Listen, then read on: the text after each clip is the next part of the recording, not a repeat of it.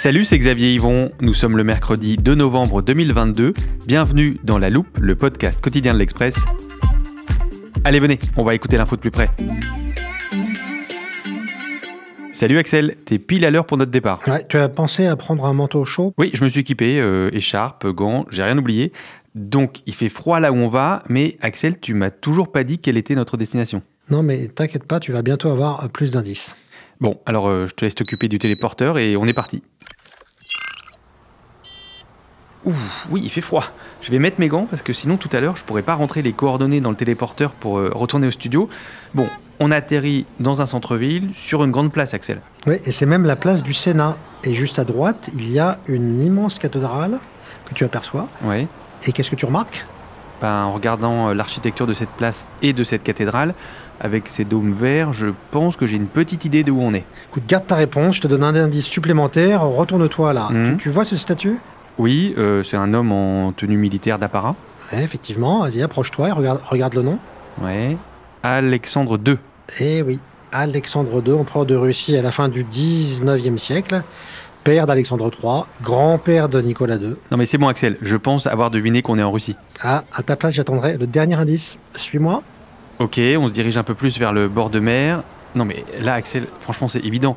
Tu me montres une église en pierre rouge avec des toits verts et des clochers dorés. Et donc, pour toi, on est où ? Alors attention, tu n'as qu'une chance pour donner la bonne réponse. Je dirais Saint-Pétersbourg. Ah, désolé, tu as perdu. Nous sommes oui à Helsinki. On est en Finlande là ? Eh oui, j'avoue, j'avais fait exprès, c'était un piège, mais les deux endroits, les deux pays, les deux villes se ressemblent tellement qu'il n'y a pas de meilleure place pour comprendre les liens passés très forts entre la Russie et les pays de la Baltique, dont en particulier la Finlande. Il reste l'architecture commune, par exemple. J'ai vu ça. Il y a aussi beaucoup de couples mixtes entre les Finlandais et les Russes, 100 000 environ. Et à part ça... c'est vrai que ces derniers temps, les liens se sont beaucoup distendus, surtout depuis la guerre en Ukraine.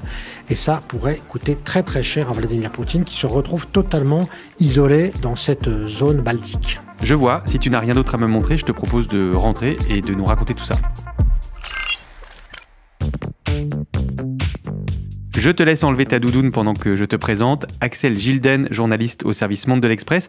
Et j'avoue qu'en fait, j'aurais pu me douter de ce petit voyage parce que à ta place, la semaine dernière, il y avait ton collègue Clément Dagnès. Ensemble, on a évoqué les tensions entre la Russie et les anciennes républiques soviétiques du Caucase et de l'Asie centrale.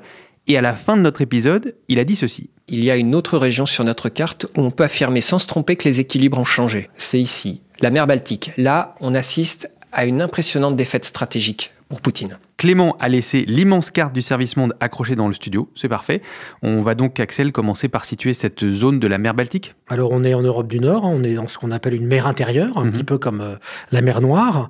La mer est entourée de la Suède, de la Finlande, d'un petit bout de Russie avec Saint-Pétersbourg, puis plus au sud les trois pays baltes, Estonie, Lettonie, Lituanie, et puis l'enclave russe de Kaliningrad, et puis juste au sud la Pologne, puis l'Allemagne, et puis pour finir un petit bout de Danemark. Et tu l'as dit en introduction, la Russie et les autres pays de la mer Baltique ont un passé commun. Oui, mais une histoire qui n'est pas la même pour tous les pays. Alors, nos auditeurs le savent peut-être pas, mais tu es franco-suédois, Axel, donc je te propose qu'on commence par la Suède. Et allons-y.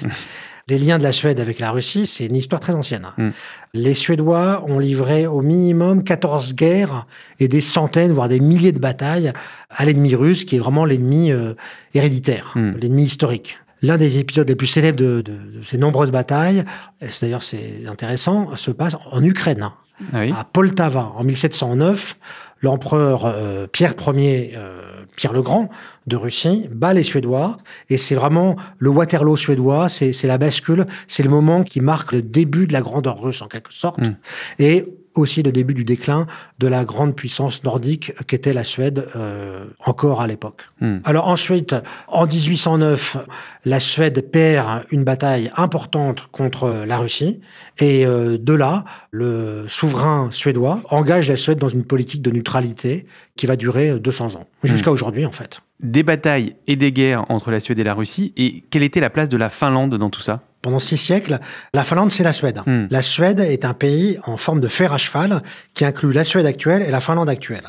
En 1809, comme je l'ai dit, à l'occasion d'une énième guerre russo-suédoise, la Russie gagne et annexe la Finlande. La Finlande devient russe, elle est incorporée à l'Empire tsariste sous le nom de Grand-Duché de Finlande, le tsar et le Grand-Duc de Finlande, mais la Finlande conserve une certaine autonomie et au fond, la domination russe, c'est contre-intuitif, mais n'a pas laissé que des mauvais souvenirs. Et en particulier sous Alexandre II, dont on a vu la statue, qui lui est le grand tsar libéral qui a aboli l'esclavage en Russie. Et puis, on arrive au XXe siècle, révolution bolchevique 1917, la Finlande devient indépendante. La relation entre la Finlande et la Russie est donc plutôt bonne, si je comprends bien. La relation entre la Finlande et la Russie est plutôt bonne jusqu'à la guerre. Alors en 1939, Staline se met en tête d'envahir la Finlande. L'une des raisons, c'est de créer un État tampon entre l'Allemagne et Saint-Pétersbourg. Il s'agit vraiment de ça. Le petit problème, c'est que les Finlandais résistent. Et ça refait beaucoup penser à ce qui se passe en Ukraine actuellement. Ils résistent tellement et si férocement qu'en fait, ils déciment littéralement l'armée rouge, qui perd 125 000 soldats en quelques mois et avec 400 000 blessés. Donc en fait, c'est ce qu'on a appelé la guerre d'hiver, d'octobre 39 à mars 40. Et c'est une grande victoire finlandaise finalement. Et en fait, c'est pour ça que les Russes respectent beaucoup les Finlandais aujourd'hui, parce qu'en fait, ils leur ont tenu tête. Alors finalement, il y aura une deuxième guerre entre 41 et 44. Et à la fin, in fine, en 44, la Russie, l'URSS plus exactement, annexera 3 régions de Finlande, la Carélie, qui représente quand même 10% du territoire finlandais, une petite région où se trouve une mine de nickel importante et un petit accès à la mer polaire. Et finalement, la chose intéressante à retenir aussi, c'est que malgré cette annexion, les Soviétiques n'ont jamais occupé la Finlande. En fait, cette Carélie a été évacuée avant que la Russie n'entre sur le territoire, ce qui a d'ailleurs rendu Staline furieux. Et du coup, il n'y a pas eu de viol, puisqu'on sait que malheureusement, l'armée soviétique était coutumière du fait.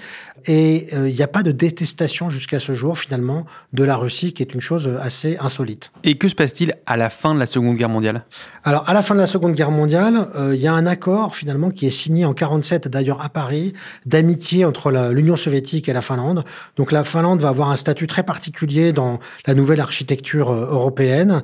Et cet accord passe, justement, puisque la Finlande s'est retrouvée un peu malgré elle dans le mauvais camp, passe aussi par des sortes de dommages de guerre.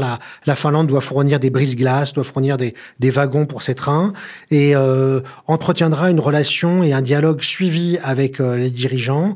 Les épisodes sont célèbres de la diplomatie du sauna. Vous savez que la Finlande a inventé le sauna et les premiers ministres et présidents reçoivent volontiers dans leur sauna, y compris les dirigeants soviétiques. Et par ailleurs, ça sera un endroit privilégié en 75 pour le dialogue et le dégel russo-américain. Helsinki sera choisi pour la grande conférence d'Helsinki, qui donnera lieu aux accords d'Helsinki et à la création de l'OSCE, l'Organisation pour la sécurité et la coopération en Europe. Et donc, c'est un endroit de dialogue Est-Ouest, en fait. Mais à la chute de l'URSS, la Finlande, tout de suite, sans demander d'ailleurs l'avis des ex-soviétiques, s'émancipe et finalement sort de tous ces accords et dévole de ses propres ailes, pour le coup, là, complètement. Là. Tu nous as raconté l'histoire des relations entre la Russie et la Suède et puis la Finlande. Qu'en est-il des 3 pays baltes, Estonie, Lettonie, Lituanie ? Alors, ces 3 pays ont un destin différent parce qu'aussi bien ils acquièrent leur indépendance en 1917 comme la Finlande, eux sont occupés et conquis par Staline en 1939, deviennent des républiques soviétiques jusqu'en 1990, au moment de l'émancipation et de la chute de l'URSS. À la suite de quoi, en 2003, ces 3 pays adhèrent à l'Union européenne et en 2004 rejoignent l'OTAN. On comprend bien ce que tu voulais dire par des liens passés très forts entre ces pays de la Baltique et la Russie. Pourtant, la Suède et la Finlande se sont préparées depuis longtemps à répondre en cas d'attaque de ce puissant voisin.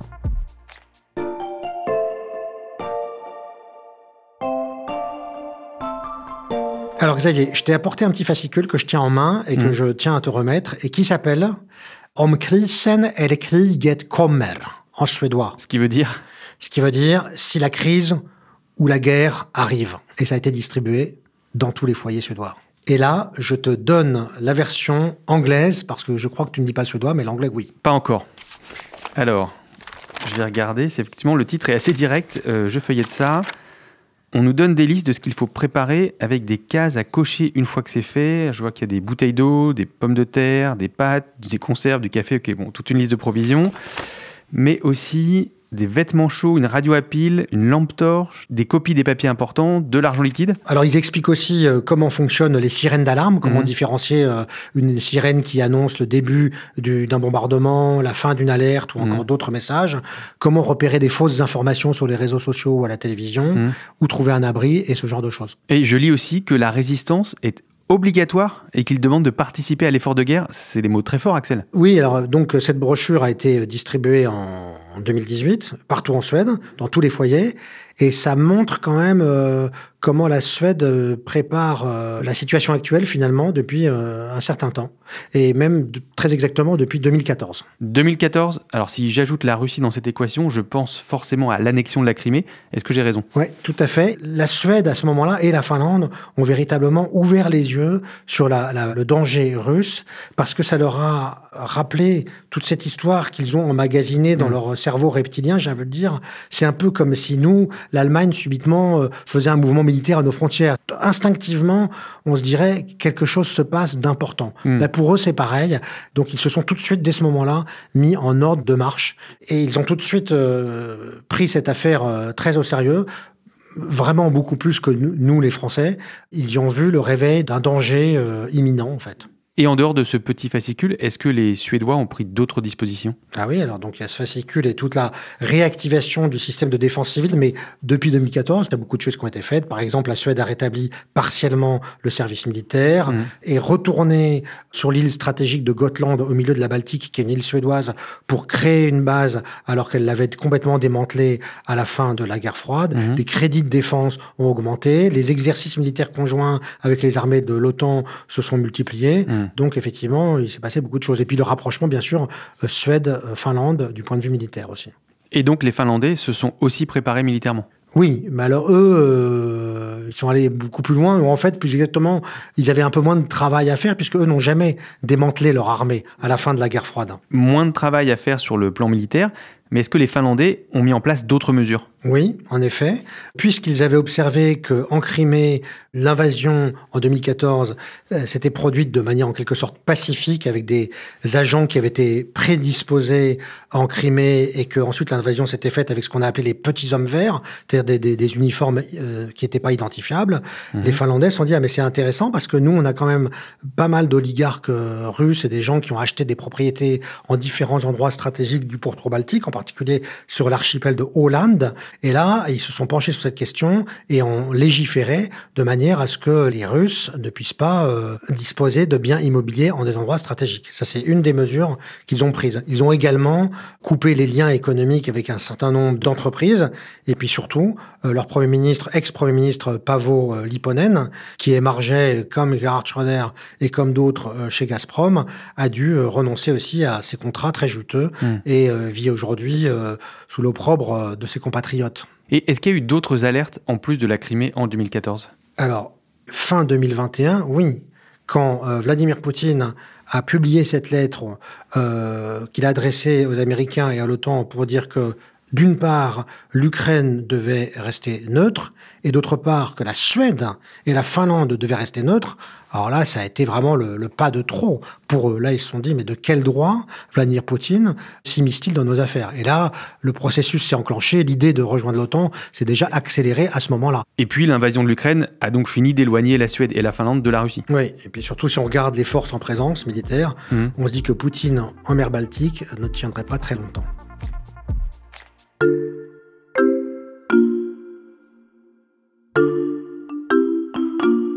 Axel, tu as parlé d'exercices militaires de la Suède et de la Finlande avec l'OTAN. On avait déjà évoqué cette question dans un épisode sur les défis russes en Arctique, épisode que je recommande à nos auditeurs. Ça fait donc longtemps que ces deux pays nordiques sont partenaires de l'Alliance Atlantique. Et finalement, Axel, l'invasion de l'Ukraine n'a fait qu'accélérer les choses. Alors les deux pays sont en effet partenaires de l'OTAN depuis 1994, mais avec ce qu'on vient de dire, et puis surtout avec l'invasion du 24 février, là les Finlandais et les Suédois ont enclenché directement le processus d'adhésion à l'OTAN. À vrai dire, c'est les Finlandais qui l'ont fait le premier, et même l'opinion publique finlandaise, qui encore une fois connaît mieux et comprend mieux les Russes que quiconque, et les Suédois ont suivi. Et donc ils ont mis fin quasiment du jour au lendemain à leur neutralité historique, dont on parlait tout à l'heure, et les choses se sont produites très très rapidement. C'est-à-dire que 4 heures après l'invasion de l'Ukraine par la Russie, le président finlandais Sauli Niinistö, qui connaît très très bien Vladimir Poutine puisqu'il lui parlait régulièrement, selon la tradition de dialogue, lui il a fait un discours à la nation pour dire maintenant il faut qu'on rejoigne l'OTAN. Le soutien populaire dans la même nuit était passé de 25 à 70% environ en Finlande.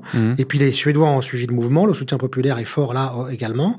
Et puis à ce jour, 28 pays sur 30 de l'Alliance Atlantique ont d'ores et déjà ratifié l'adhésion de ces deux pays à l'OTAN. Ne manque que la Hongrie et la Turquie, qui se font tous les deux prier. Tout ça est exagéré et devrait se résoudre. Et cette adhésion à l'OTAN de la Suède et de la Finlande, elle est problématique pour la Russie. Elle est très problématique pour la Russie parce qu'elle signifie que la totalité ou presque de la mer Baltique est maintenant entourée par des pays de l'OTAN. C'est 90-95% du pourtour baltique qui est entouré par l'OTAN finalement. Donc elle a une impossibilité d'accéder à la mer en cas de guerre, en fait. Elle pourra presque plus circuler. De Saint-Pétersbourg, c'est quand même un port d'entrée très important pour la Russie. Donc elle ne peut plus, en aucun cas, dominer la région militairement, et ni même y exister autrement que par des opérations de guérilla et de sabotage, comme c'était le cas récemment avec les gazoducs Nord Stream 1 et 2. Et en fait, je discutais avec des différents spécialistes et militaires en Suède et en Finlande, qui disaient qu'il suffirait de miner le golfe de Finlande, il s'appelle, devant Saint-Pétersbourg, pour bloquer Saint-Pétersbourg. Vous mettez une batterie de missiles à Helsinki et une autre en Estonie à Tallinn et plus personne ne passe. Et quant à Kaliningrad, c'est une petite enclave qui est complètement isolée et elle tiendrait pas 3 jours. Parce qu'il faut bien se rendre compte que ces deux pays, contrairement au Monténégro qui a adhéré récemment à l'OTAN, ne viennent pas les mains vides. Ils viennent avec des armes, des hommes. Et si on regarde et compare les armées et les forces en présence, il n'y a pas photo. Je veux dire, la Russie ne peut pas tenir. Militairement, il n'y a pas photo. Est-ce que tu peux nous donner une idée de la puissance des armées suédoises et finlandaises ?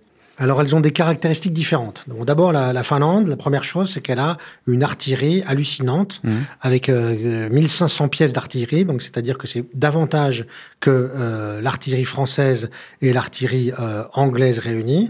Par ailleurs, l'aviation des 4 pays nordiques, donc Suède, Finlande, plus Norvège, Danemark, qui sont eux déjà dans l'OTAN, alignent ensemble 250 chasseurs. Donc, c'est beaucoup plus, 3 ou 4 fois plus que la Russie.